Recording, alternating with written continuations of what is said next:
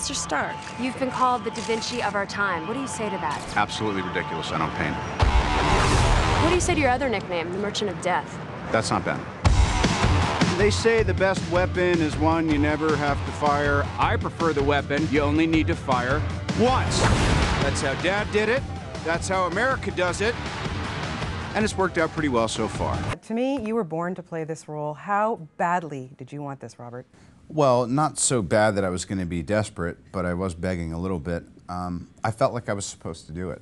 And when you feel like you're supposed to do something and it doesn't work out, it can be heartbreaking. That said, it's only a movie, but to me, it was a little bit more.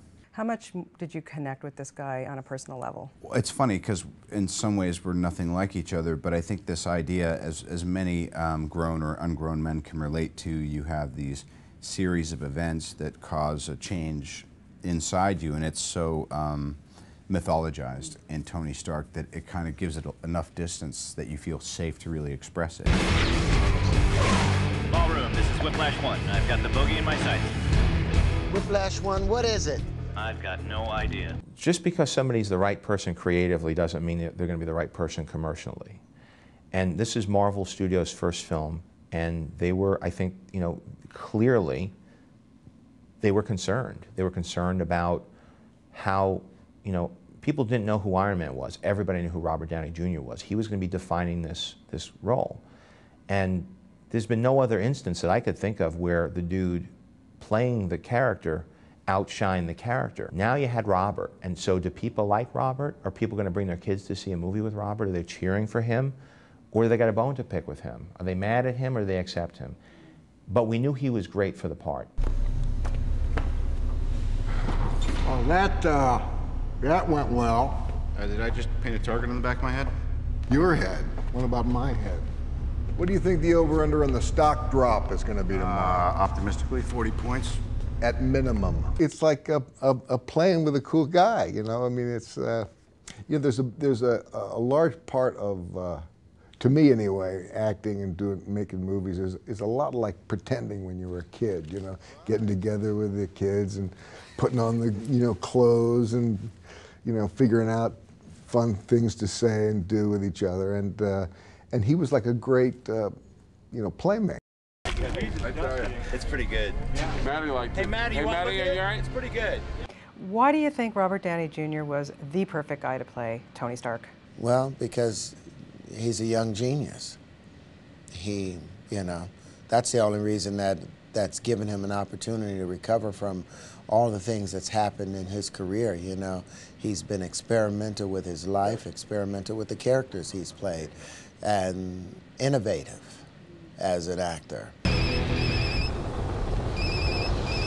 Hello. Tony. Who's this? It's Rhodes. Sorry, hello? I said it's Rhodes. Speak up, please. When the hell is that noise? Oh yeah, I'm driving the top down. Yeah, well, I need your help right now. Okay, I see that you've fixed the chest. You're not glowing right now. I'm not. How did you enjoy, you know, doing the special effects thing, getting in that suit, getting in shape for it? I mean, that's a whole new thing for you too. Yeah. Well, fortunately, John said, you don't really, if you want to get in, you want to do that whole, like, you know, muscle-bound thing, go ahead. I thought, I think I should just train so I can actually make it through the shooting of this movie. Every day I'm wearing this thing, or I'm doing this, or I'm pulling myself out of wreckage, or I've got this contraption on my arm, and even if it's 12 pounds, once you've been holding it up like that, it's kind of like doing some Bruce Lee isometric exercise. I didn't want to embarrass myself, and I wanted to see kind of how far I could push it. There's so many cool aspects of Tony Stark, no question. But boys and their toys, we have to talk about that Audi R8.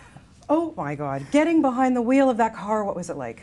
That car is somehow or other street legal, and it's one of those mid-engine cars like a Ferrari. Yeah, I've been talking with Audi a lot because they've been providing all kinds of cross-promotion with us, and I think they're going to send me one of those things. I think that would be really cool. It'll be the coolest thing I've ever owned. Is it even cooler than the Batmobile? Well, I want to say that unlike the Batmobile, you can actually go buy one. To keep them a bit wet, as they look even more fantastic. What was it like getting the thumbs up from Stan Lee saying, yes, you know, Robert Downey is my Iron Man? It was a big deal.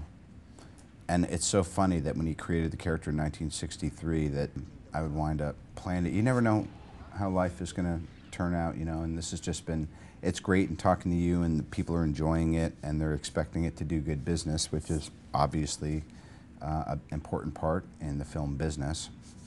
It's cool.